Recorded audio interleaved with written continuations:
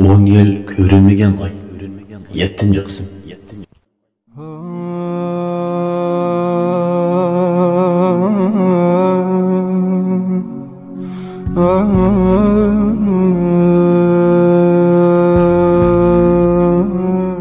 Nihayeti şefkatlik ve mihriban Allah'ın ismi bilen başlayman. Assalamu alaikum ve rahmatullahi ve berekatuh. Tövende İslam çakarları grubu tayyorlagan hicret tarihlaridan 10 yil ko'rinmagan ay nomli asarni anglitishimizdan boshlaymiz. Bizmi saqchilarning bu holiga qarab tutilib qolganimizga jazm qilib, yana tutilib qoldik deb qattiq andishaga tushgan edik. Bu poyezd bilan toki ertasi peshin vaqtigacha yo'l mangan edik. Biz poyezdning eng oxirgi bekatiga kelganda saqchilar bizga "Xayr xo'sh" degan ishoratni qilib qo'yib, poyezddan oldimizda tushib ketdi. Biz poyezddan tushish yoki tushmaslikni bilolmay turdik. Poyezdning teshida bir odam bizga belikimizdagi yipga ishorat qilib, "Tushinglar" dedi. Biz poyezddan tushdik va u odamning keynidan 100 metr atrofida piyoda mangandan keyin bizni sanduq mashinaga soldi. Poyezdda bizni qo'rqitgan saqchilar asli mushu odamlar bilan birlashib odam yo'tkaydigan saqchilar ekan. Shunga oxirgi bekatda bizning boshqa saqchilar tarafidan tutilib qolmasligimiz uchun biz bilan billa bir vagonda o'ltirib oxirgi bekatgacha ketdik. So'zimizga kelsak, biz oldimizga kelgan odamning mashinasi bilan taxminan 2 soat atrofida yo'l mangandan keyin bir o'rmonlikqa kelib to'xtadik. Bu yer o'rmonlik orasidagi kichik yo'l ekan. Ular bizni sanduqli mashinadan tushirib, o'rmonlik ichiga 500 metr yo'l mangdirgandan keyin o'rmonlikning ichiga silingan bir uyga keldik. Bu uyning ichi va sirtida nurg'un odamlar bor ekan. Hatto bizning Uyg'ur qarindoshlardan taxminan 50 atrofida odam bor edi. Undan boshqa Bermalik va Bangladeshlik musulmonlarmi bor edi. Bu odamlarning ba'zisi bu yerda xeyli uzun turgandek qiladi. Chunki nurg'un kishilar kasal bo'lib yetib qopti va qo'saq och qattiq o'ruqlab ketibdi ekan. Biz bu yerga kelganda tushdan keyin soat 3 atrofida bo'lgan edi. Hozir bizning qo'sqimiz och emas va poyezdda ko'p uxlab, orduqlarimiz ham chiqib qolgan edi. Ammo bu yerdagi odamlarni ko'rib bizni g'am bosdi. Chunki esimda qilishicha, bu yerda yo'l saqlab turayotgan Uyg'urlarga bu yerda turayotgani bir hafta bo'lgan ekan. Bu yerning sharoiti intayin nachar bo'lib, hatto tahorat sundirgidek normal o'rinmi yo'q edi. Ularning deyishicha, qo'rsoq yeyish uchun kunda bir qatim azroq oq ko'rish akilib berdi ekan. Shunga ular yemashlikdan baxmi qiyinlabdi. Men ulardan "Sizlar nimishqa bu yerdan siz ma'mudanglar?" deb so'rasam, ular "Biz Xitoyning Kunming shahri orqali Laos yo'ldigan, ondan Tailandga kelgan. Bu tarafdan mang'allar mushundoq yo'l saqlab, ondan mangdi ekan. Ammo sizlar tezla mangsizlar" deb xush xabar berdi. Bu 2013-yillar edi. Ularning deyishicha, ichadigan suvni o'rmonlikning ichida bir o'stan bo'lib, shu yerdan suv akilib ichidi ekan. Tahorat ilish uchunmi shu yerga bordi ekan. Biz bu gaplarni anglab, ig'ir g'am bilan asr namozni o'qib bo'lib, shu o'standan suv akilgach yuyinib kelaylik deb tursak, bu yerga bir necha odam keldi. Va u odamlar qo'limizga poyezdda chigib qo'yilgan yeshil yipni ko'rsatib, "Hozir Malayziyaga mangsizlar" deb bizni jiddiy tayyor bo'lishga buyurdi.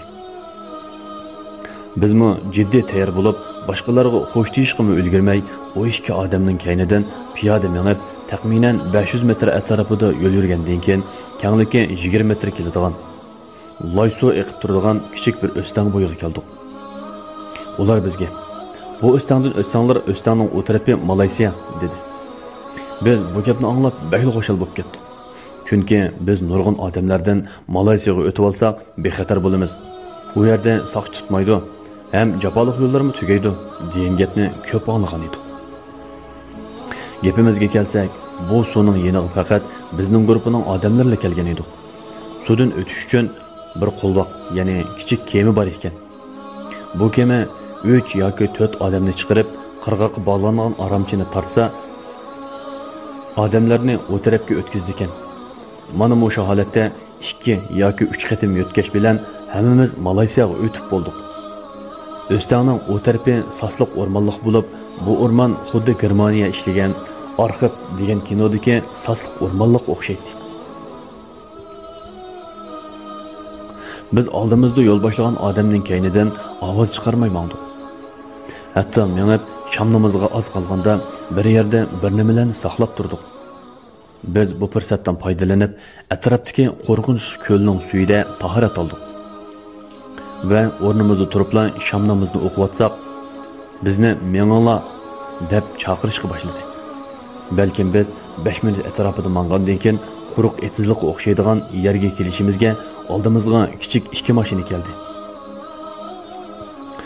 Bu mashinaga jami qancha odam chiqdiq men bilolmadim. Lekin men Relita Akash va 13 yoshli bir bola mashinaning keyinda yotdik. Bu mashinaning ichidagi keyni o'rindiqmi yo'q ekan. Oldi o'rindiqmi faqatli jozi ekan.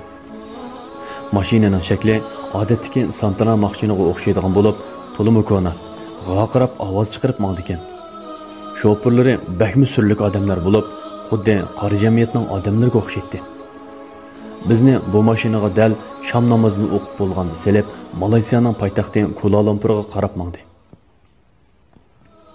Biz mashinaning keyinda bakmi qiynaldik. Amaliyotda bu mashinaning keyniga bir odam aram patatdi. Ammo biz 3 odam edik. Bu qitimga mashinaning keyindagi qiyinchilik badanning hamma yeri qistilib, medirlolmas holatdagi qistonchilik bo'lsa-mu, ilgari berimining turmusida qo'limizdagi zanjir kishan bilan mashinaning keyinda qiynalgandan ko'p yaxshi edi. Yana bir ortiqchiligi, u qitim kofirlar bizni tutib mangan bo'lsa, hozir erkin o'zimiz xalab Alloh yo'lida ketyaptik. Men mashinaning keyni sanduqining yuchiqidan sirtlarga qaraydim. Mening ko'rdig'inim tuzsuratli yo'l bo'lib, ba'zida yo'l yoqasiga o'rnatilgan yo'l belgisidagi xatlarni o'qishga ulgurdim. Ammo har qatim yo'l belgisidagi xatni o'qigan vaqtimda o'xshashla bir xatni ko'ratdim. U bo'lsa-mu Jalan. Jalan degan so'z peninch xati. Yenimdagi Akash vojanmi demakdi va qat'iy medirlay olmaydi. Qarmoqqa u Akash buningdan ilgari xeyli ko'p qiyinchilik uchrab boqqandek bu ishlarga untinsiz sabr qilyapti. Yenimizdagi kichik bola ikkimizning oraliqida bo'lib, qachon boramiz deb to'liq so'raydi. Shoferlar bizni elib qo'zg'alib, taxminan 3 soatdan keyin bir yo'l bo'yida to'xtadi. Men sanduqning yuchiqidan qarab o'tirdim. Bizni tushkuli qo'ymadi.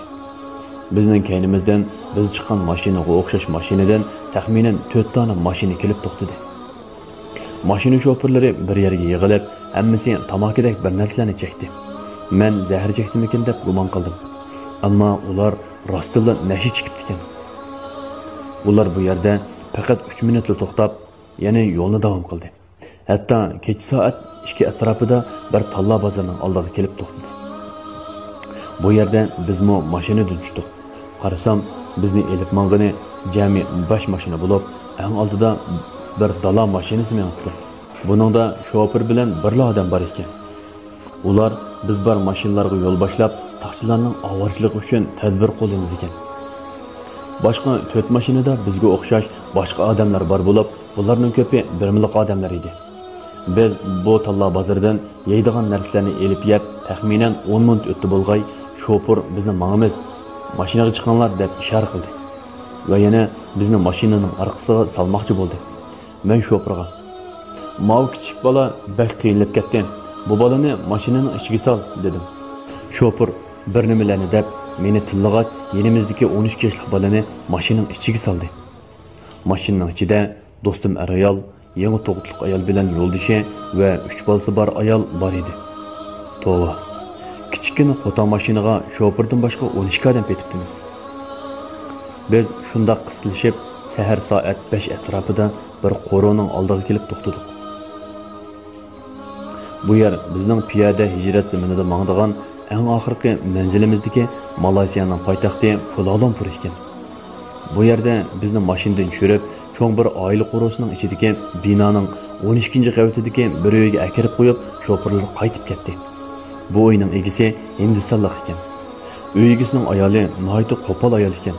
Biz bomdod namozini o'qib tursak, Her bir odam $20 pul to'laysizlar, deydi. Bu qitimliq anglitishimiz bu yerda tugadi. Keyingi anglitishimizda ko'rishguncha Allohga omonat. Assalomu alaykum.